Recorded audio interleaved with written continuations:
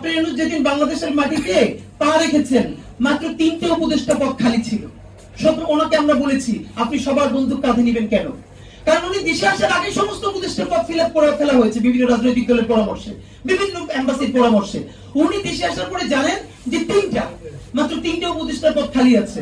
তো এখন আমরা ওনাকে বলেছি আপনি এই ইন্টারিমকে ভেঙে দেন। এটা আমরা পরশু বলেছি, আবারও বলছি, এই ইন্টারিমের অনেকে বিভিন্ন রাজনৈতিক দলের মুখপাত্র হয়ে সামনে কোন মন্ত্রণালয় বাগানো যায় যারাই ক্ষমতায় আসবে সেই প্রচেষ্টায় আছে, অথবা আওয়ামী লীগ একটু কিভাবে অ্যাডভান্টেজ দিয়ে তাদের কাছ থেকে ফাইন্যান্সিয়াল সুবিধা নেওয়া যায় সেই সুযোগে আছে। আপনি ইন্টারিম ভেঙে দেন। ইন্টারিম ভেঙে দিয়ে আপনি শক্তিশালী তত্ত্বাবধায়ক সরকার গঠন করেন। সেই শক্তিশালী তত্ত্বাবধায়ক, এবং আরো একটা আজকে প্রস্তাবনা বলি, যদি তত্ত্বাবধায়ক সরকারের সমস্যা হয় আপনি একদমই 6 মাসের জন্য প্রেসিডেন্সিয়াল ফর্মে চলে যান, আপনি বি দ্য প্রেসিডেন্ট, আপনি হন। এবং আবারও বলছি, এই ডক্টর ইউনূসের ক্যাবিনেটের 100টা সমালোচনা থাকা সত্ত্বেও এখন পর্যন্ত আমরা যেহেতু গণমানুষের সাথে প্রচুর কথা বলি, বাংলাদেশের প্রফেসর ইউনূস যদি প্রেসিডেন্ট হিসেবে ইলেকশন করেন, ওনার বিপরীতে ইলেকশন করার বাংলাদেশে কোনো পলিটিক্যাল ক্যারেক্টার নাই, আপনি আপনাদেরকে বলে রাখলাম। বিকজ এখন পর্যন্ত ওনাকে মানুষ ট্রাস্ট করে। তো উনি তো পলিটিক্যাল পার্টি করে ফেল করছে, তো ওনাকে এই ট্রাস্টে করে কেন? বিকজ ওনাকে মনে হয় আর্টিফিশিয়াল না, উনি এই জুলাইয়ের জন্য কিছু করতে চান। আমাকে ওনার খুব কাছ থেকে দেখা মানুষ বলেছে যে আসিফ এবং নাহিদকে প্রথম দিকে ডক্টর ইউনূস যখন দেখতো উনি লিটারালি কেঁদে ফেলতেন।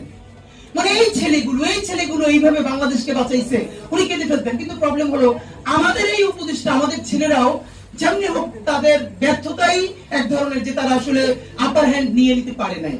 তারা ডক্টর ইউনূসের ফেসকে ব্যবহার করে এইটা আরো যেভাবে কাজে লাগানো উচিত ছিল তারা পারে নাই, তারা ওখানে সংখ্যায় খুব কম। তো এই ফেলিউরটা আমাদের সবার ফেলিউর। আমি বরং এখন যেটা বলতে চাই যে দেখেন, আমাদের এই পলিসি পেপারটা তো নিশ্চয়ই সামনে এগিয়ে নিয়ে যেতে হবে, কিন্তু শিক্ষা কতটুকুন ভালো, স্বাস্থ্য কতটুকুন ভালো, পরিবার পরিকল্পনা কতটুকুন ভালো, এগুলো তো হলো রাষ্ট্র যদি বেঁচে থাকে। আপনি লিখে রাখেন আগামী যে নির্বাচনের সময়টা ঘোষিত হয়েছে এর মধ্যে বিভিন্ন ম্যাসাকার হতে পারে এই নির্বাচনকে বানচাল করবার জন্য, এবং আমরা চাই একটা ইলেক্টেড গভর্নমেন্ট যদি আসে তাহলে এই আমরা এরকম করার সুযোগ পাবে না। কিন্তু সেই ইলেকশনটা কিভাবে হবে, সেই আগের মতো ইলেকশন হবে, সেই ইলেকশনের জন্য তো মানুষ জীবন দেয় নাই। নির্বাচন লাগবে, কিন্তু ইতিহাসের সেরা নির্বাচন লাগবে যেটা ঈদের মতো উদযাপিত হবে। সেই জন্য যে সংস্কার দরকার প্রফেসর ইউনূসকে আমরা আবার বলতে চাই, প্লিজ আপনি সেটা করেন, আপনি তত্ত্বাবধায়ক সরকার মুড়ে চলে যান। এই আমরা এবং ওই যে বিএনপির প্রধান সম্ভবত ওই যে বেগম জিয়ার উপদেষ্টা আব্দুল সত্তার সাহেব, সাবেক সচিব, উনি আজকে সম্ভবত বলেছেন যে 8 জন উপদেষ্টা সম্বন্ধে অনেক করাপশনের তথ্য ওনার কাছে আছে। আমরা এখন পর্যন্ত এটা জানি না, উনি নাম বলেন নাই। তা আমি মনে করি যে এখন এটাকে ভেঙে দিয়ে তত্ত্বাবধায়ক মুড়ে চলে যাওয়া দরকার। আর প্লিজ আগামী 6 মাস আমরা মনে করি বিপ্লবী কিছু সিদ্ধান্ত নিয়ে বাস্তবায়নের জন্য 6 মাস ইজ মোর ইনাফ। বিপ্লবী সিদ্ধান্ত নেওয়ার জন্য হাজার মাস লাগে না, হাজার বছর লাগে না। তো আপনি তত্ত্বাবধায়ক সরকার মুড়ে যান বা যেভাবেই করবেন, আপনি 2টে কাজ করে যান, এই কাজগুলো অটোমেটিক্যালি ইমপ্রুভমেন্ট ঘটতে থাকবে। আমাদের সকল ফোকাস দিতে হবে জুলাই সনদ, কারণ জুলাই সনদেই নির্মিত হবে ভবিষ্যৎ বাংলাদেশের রূপরেখা। তার নির্বাচন কিভাবে হবে, তার উচ্চ কক্ষ নিম্ন কক্ষ কিভাবে হবে, পুরো শিক্ষা পলিসি কিভাবে হবে। সুতরাং মন্ত্রণালয়ের পলিসি তো অনেক ছোট ব্যাপার। রাদার আমি আজকে যারা প্রোগ্রাম আয়োজন করলেন আপনাদেরকে অনুরোধ করি, আপনারা বরং জুলাই সনদ ঘোষিত হয়ে যাবার আগেই সমস্ত জুলাই সনদের স্টেক হোল্ডারদেরকে নিয়ে আপনি একটা ড্রাফট দেন যে জুলাই সনদে জনগণের আকাঙ্ক্ষা কি কি থাকতেই হবে।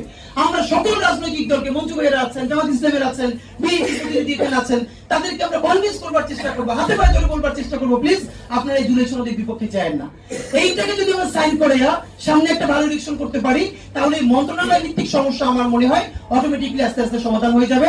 আর প্লিজ 1 বছরে এই দেখেন, মানে 16 বছর বসে ধ্বংস করা হয়েছে আমাদের রাষ্ট্র, সমাধান করতে মিনিমাম 32 বছর দরকার ছিল।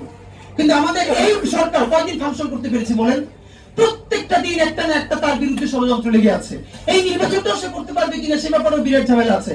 সুতরাং ওই কম্পারিজনে না গিয়ে আমরা গুম হচ্ছি না, এই কথাটাকে সামনে রেখে ইনসাফের বাংলাদেশ যাতে নির্মিত হয় তার জন্য জনতার আকাঙ্ক্ষার, জন আকাঙ্ক্ষার জুলাই সনদ বাস্তবায়ন আমাদেরকে রাজনৈতিক দলের মাধ্যমে করতেই হবে।